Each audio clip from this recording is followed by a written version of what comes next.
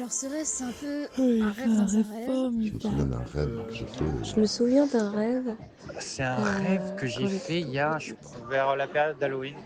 C'est un rêve où ça commence, je suis avec Maria sur un banc, en haut d'un bateau type Titanic, du coup, un bateau de croisière, mais de cette époque.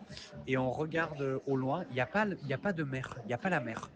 C'est vraiment un espace vide, noir, complet, vraiment l'obscurité complète. Et tout au bout, à l'horizon, il y a des lumières comme s'il y avait une ville, mais je ne peux pas te dire si c'était une ville ou pas, mais voilà, ça faisait vraiment un effet de lumière comme s'il y avait des villes. Et du coup, on chill sur le banc, on se dit rien, et à un moment, elle me dit ouais, est-ce qu'on commanderait pas un cocktail? On dit vas-y, on commande un cocktail. Sauf que ce cocktail, il n'arrive jamais. J'ai rêvé que j'étais une crêpe. Oui. Ça commence très tranquille, genre je suis dans un saladier et puis je suis le mélange, mais pas encore mélangé, d'œufs, de sucre, de lait et de farine. Et là, on me mélange. Tout mon être qui était dissocié s'unit et devient un.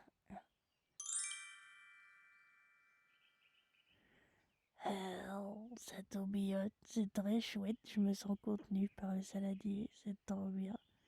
Et après, on me couvre d'un torchon humide et hop, on me met à reposer.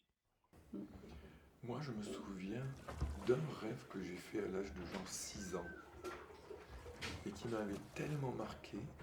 Je ne l'ai jamais raconté à personne, mais je m'en rappelle encore. J'étais assécheur de flaques d'eau. Je pense que j'ai une faculté de rêver de mes amoureux, amoureuses, qui est assez impressionnante. Enfin, je veux dire que même quand ils sont pas encore mes amoureux, eh bien, je rêve d'eux et je modèle. Enfin, je me fais vivre l'histoire, un peu comme une grande partie de Sims, quoi. Voilà, je contrôle tout et du coup, bah, je peux vivre des histoires d'amour dans mes rêves quand j'ai pas la chance de les vivre. Si tu les racontes pas dans tout la de suite, tu réalité. les oublies après. Ah mince. Donc là, j'en ai pas.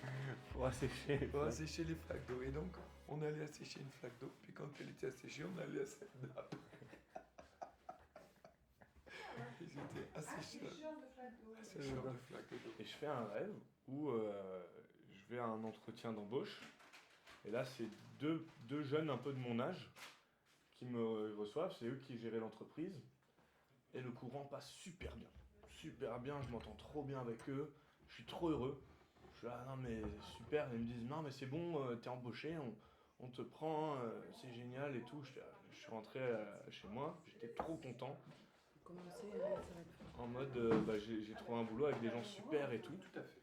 Le lendemain, première journée de travail, j'arrive à la boîte et je savais toujours pas ce qu'ils allaient me faire faire, quoi. Et ils m'amènent dans une petite pièce sans fenêtre là. Je fais ah super, c'est là que je vais travailler et tout. Tu peux lever ton otage sans fenêtre. Ouais, une petite pièce quoi. C'est envoyé ça. Et ils me disent bon bah là tu vois, il y a un carton, un petit carton, avec plein d'élastiques à l'intérieur. Ils me disent bah là tu vois, tu prends un élastique et tu le mets dans ce carton à côté. Et c'est ça mon travail. Et c'est ça mon travail. Et j'étais assez satisfait de mon sort. Le gars, il était chargé d'élastique. Et juste hop, ça fait un fil quoi. Pas le couper en deux morceaux, genre vraiment juste tu coupes l'élastique et tu reposes à côté. Et je me C'est suis très méditatif comme emploi. réveillé dans un état d'incompréhension. Mais pourquoi ça m'a rendu aussi heureux? Elle commence à s'endormir, tu vois, genre je vois qu'elle lutte, tu vois, elle ouvre, elle ferme, elle ferme ses yeux, elle lutte. Et autour de nous, il y a quand même des passagers, surtout sur le pont, tu vois, il y a des tables avec des gens qui sont assis, dont ma grand-mère. Ma grand-mère qui est toujours vivante. Et là, les gens commencent à s'endormir petit à petit, dont Maria.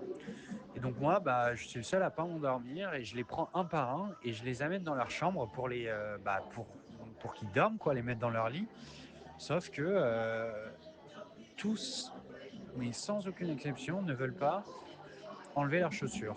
ils sont OK pour enlever leurs vêtements, se mettre en pyjama et tout pour se coucher, sauf les chaussures, parce que c'est leur chaussure préférée. Bon, bref, voilà. Délire en tout genre et élucubration Je n'ai nocturne. rien d'autre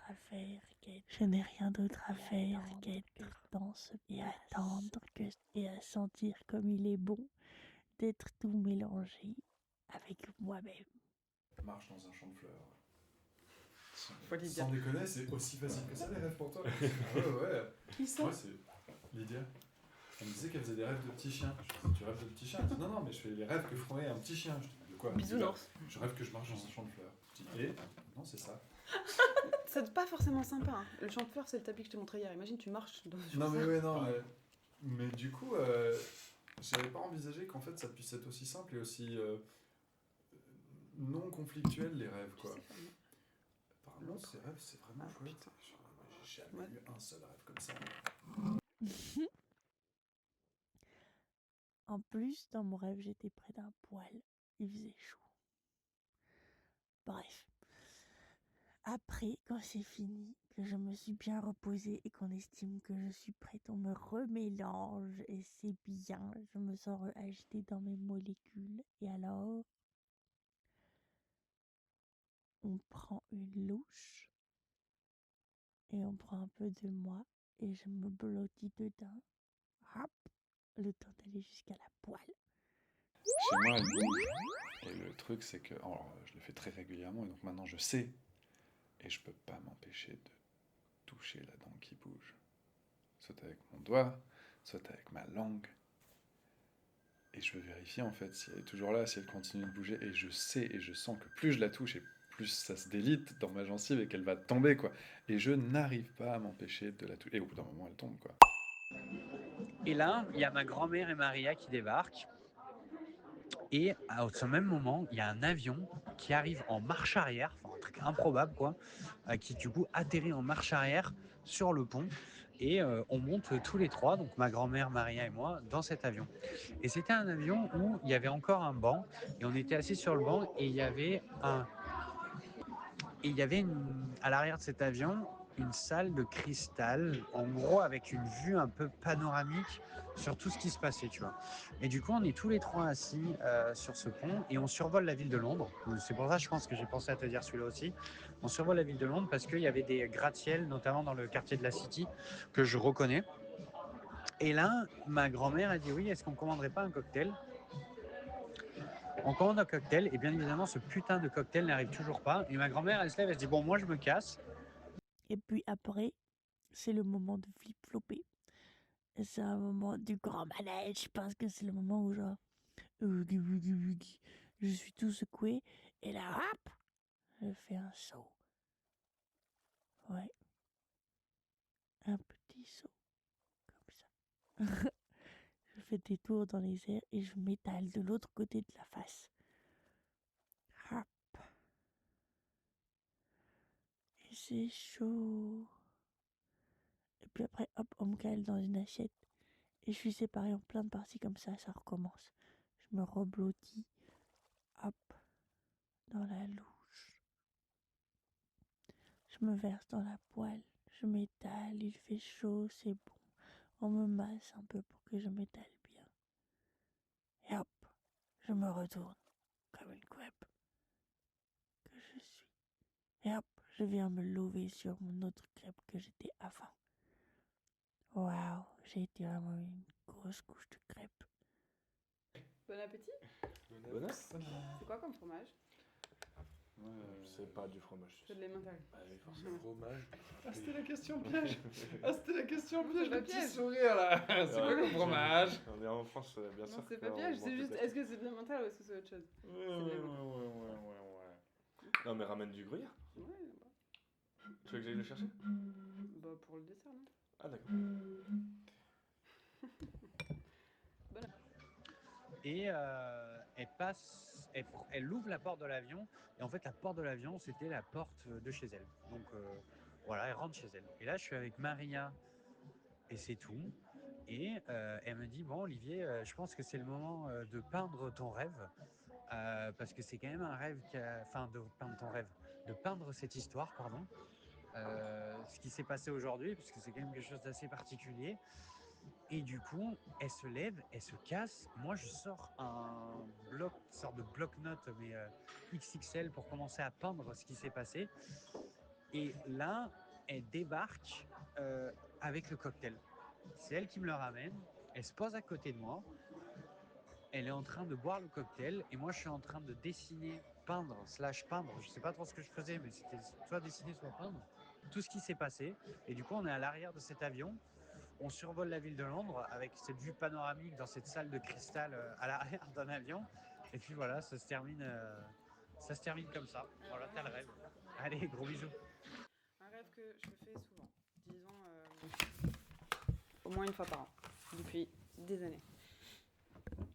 Je rêve que je perds mes dents. Et en fait, elles sortent de ma bouche, les unes après les autres, comme une espèce de pâte. Elles se délitent de mes dents, de ma mâchoire. Et elles sortent, et je suis juste comme si j'étais en train petit à petit de cracher une pâte de dents. Enfin, 32 pattes de dents, du coup, je sais pas combien de dents j'ai. Et c'est horrible, t'as la sensation de qu'est-ce qui m'arrive et ça sort tout seul. Et c'est Du beurre salé dedans qui frétille déjà de me recevoir en entier. Et alors, là, la louche se verse. Et moi, je peux tomber dans la poêle et m'aplatir complètement comme une grosse crêpe. Oh, c'est trop bien. C'est chaud. Et je sens que je prends une autre consistance et je m'étale et je gonfle un petit peu et je deviens tout doré.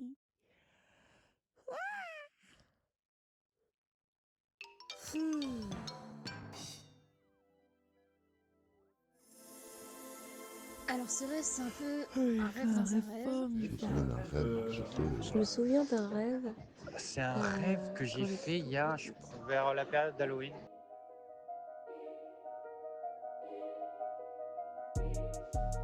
Et vous? Oui, vous avez rêvé de quoi?